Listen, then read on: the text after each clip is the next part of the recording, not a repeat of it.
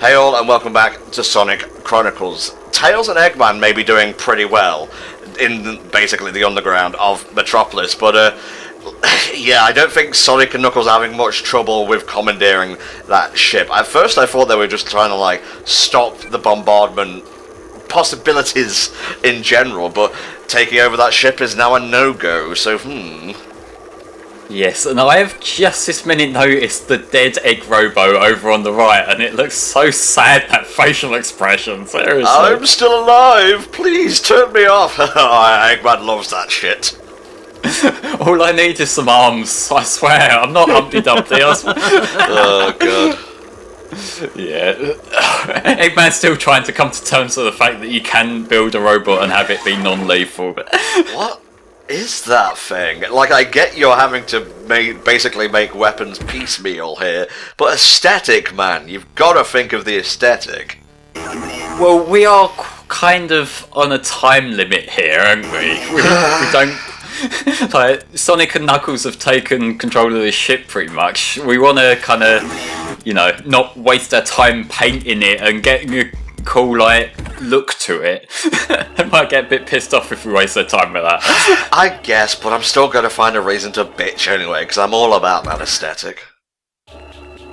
Bitching isn't an aesthetic, but okay. Well, it is for me, anyway.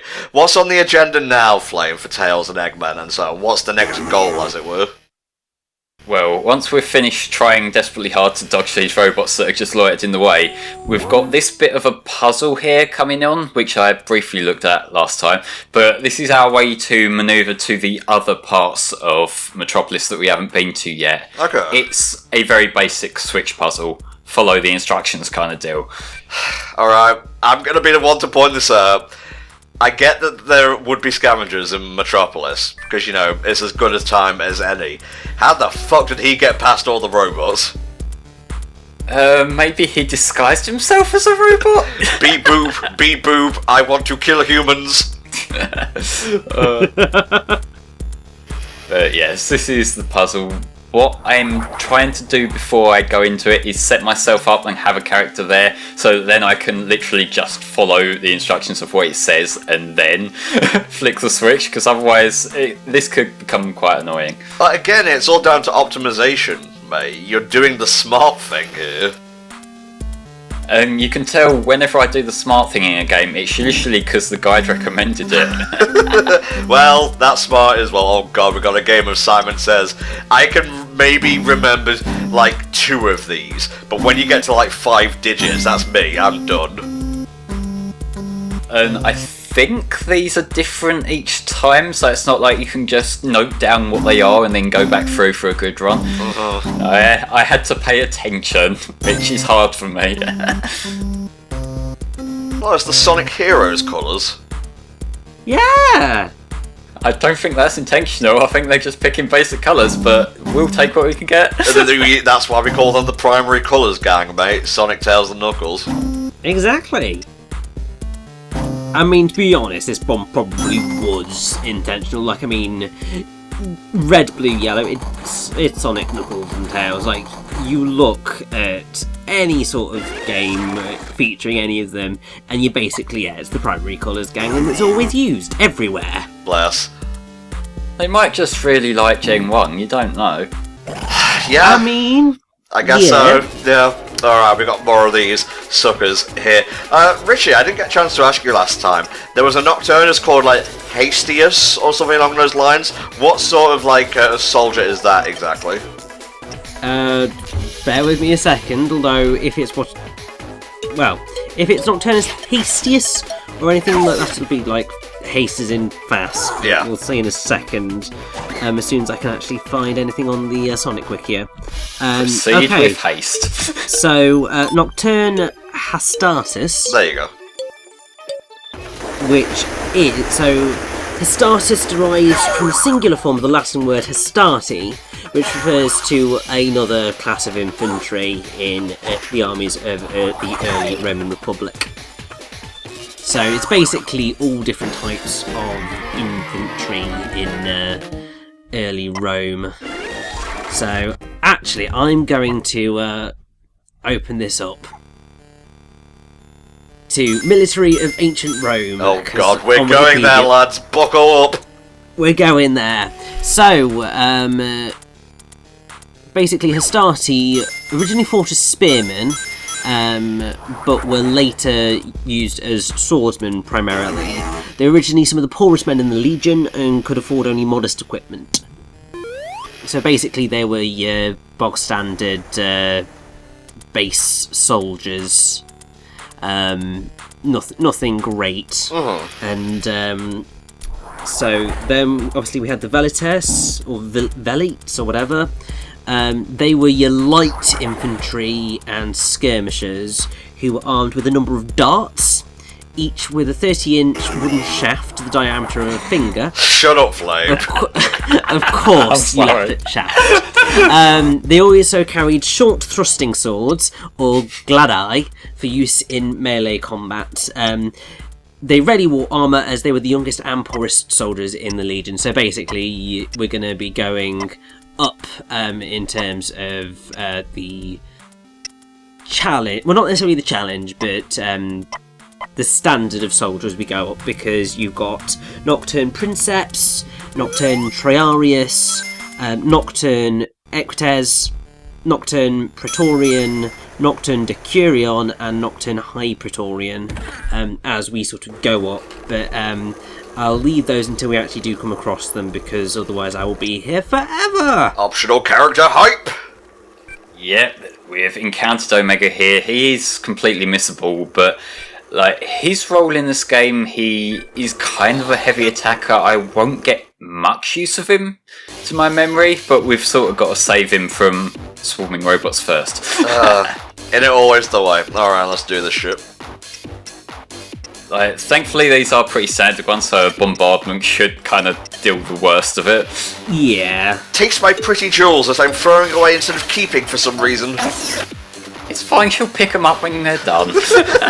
Right, if this was a full 3D game, I would love, like, in her victory animation, like, she had a 1 in 10 chance of walking around and picking up the jewels if she used that move. Yeah, like, even if it had some sort of knock-on effect, like when Meowth uses Payday or something like that. Well, to be honest, I think that probably would be a quite fun thing to do, because Payday is it's not a majorly useful move in Pokemon, but obviously you can get some relatively decent money if you keep using it, so might have been a fun thing to use the Jewel Storm. You might get some extra items, maybe. Might have been a fun idea, but hey, we've got Omega! Yay! And we get a bit of the characterisation between Eggman and Omega, which I do quite like. Team Dark has always been a favourite of mine, like both in the comics and the games, in terms of characterisation. I think they play off each other really well. Oh yeah. One thing that sticks out to me in particular, like as an actual like character moment, like not as a comedy thing, but just as legitimately these are a good team, is the scene where they're around Wave Ocean in 06, and like Shadow becomes concerned that like the whole world's after him and that, and he decides, and with their convincing, he decides that he'll just fight as he always did. Like that is just showing that these characters who really have not much in common can just connect really well. Yeah. And if I may just make a quick aside there, that's the sort of self-seriousness I was talking about when it came to Adventure, but the thing is, Adventure, again, has that weird 90s charm to it where it can get away with that. It just seems like, oh, well, it's just characters saying things and it can come off as a bit wacky as a result. But if you made a game like that in like the mid-2000s, as they did with 06, that sort of thing comes off as very clunky and robotic. I know that's not fair per se, but it is very much a perception thing, which if you go back to old games and then play new games, you will definitely see what I'm talking about in terms of storytelling and like line delivery. See, I don't necessarily think that is why 06 is as awkward as it is. I think that is more a presentation kind of thing than just the fact that they've got more detailed models and worlds and that. I think it is the fact that the voice direction was complete wank. Like I get the feeling all of those lines were recorded independently because none of them flow off of each other properly. True. There's also things of like, yes, they have more detailed models and they have bigger worlds, but you got these characters standing together in a big empty environment talking to each other. Nothing about that is not awkward. I think the actual writing is fine, and that would work in a modern game with the actual moments. Obviously, the fact that there's so many contradictory time wanky things, they were trying to do too much with too little resources. That's the problem with 06's writing, not the actual self-serious character moments. Yeah, I mean, the one thing that I sort of always chalk that sort of stuff up to is something that you see in quite a few games. I mean, Sonic Unleashed is probably my prime example, but the adventure games would fall under it. I mean, technically 06 sort of would, is sincerity. Like, a game can have the most ridiculous, outlandish story in the world. It can be completely ridiculous, and yet still have moments where it takes itself really seriously. I mean, Kingdom Hearts is another prime example of a series that, in concept, is ludicrous. Yes. You've got Donald Duck and Goofy fighting alongside an anime character in other Disney World. What the hell? But it tackles its narrative with sincerity. You believe it. You believe sort of the highs and the lows. You believe the stakes because it's being told with heart. When you sort of remove that heart and that sincerity, you lose any sort of care in it. And it's something that has happened to Sonic as time has gone on. Yes. Like, pretty much everything. It started with Colours. Like, I think Colours just about got away with it because it was more on the sarcastic, cynical side of things, but there was a level of sincerity there. Then you got to Sonic Generations where there was just sort of nothing to latch onto. There was no real story. So it was just like, I don't know quite how to feel about this. But then you ended up with, like, Lost World and Forces, and there was just no sincerity there. They were just sort of doing things by the numbers, trying things out, but not actually really putting any heart and soul into anything, either the characters or the story. Yeah, and it then means that when it's trying to do things that are serious, like torturing Sonic for 3 months or whatever, it doesn't land because you're just like, well, no, that's just ridiculous. Alright, let me just jump in here. That was a dub thing, so I'm going to give that a pass. But otherwise, I do agree that it goes back to the whole ambition thing. Like, Sonic Team is so petrified of aiming big and falling low, you know? And obviously, their games still get middling to review scores, Mania aside, and so on. So they're like, fuck it, we don't need to make a big game anymore. That's not what people want to see, which is also, and I think like some of our fans' YouTube comments have picked up on this, why there hasn't been a Super Sonic fight in years, because people said it was happening too much. We don't get to play as Sonic's friends anymore, and just play as Sonic, because they were bad. It's like, they're not willing to put in the effort to change it, they're just willing to listen to fans' complaints and say, okay, we listen to it, we're not going to do that anymore, when people clearly want them to be better. And if I'm gonna bring something up that I've been feeling about the tone, like level of sincerity in that, I feel like a lot of the more recent attempts at humour seem to reek a bit of insecurity about it. Because colours, for all you can say about it, either you find the jokes funny or you don't. I personally do, but I know that's more subjective. I feel like that kind of owns that they were trying to write a quirky script and just have fun with it. But also, it was set in a theme park, so it was like you had that kind of jovial attitude anyway.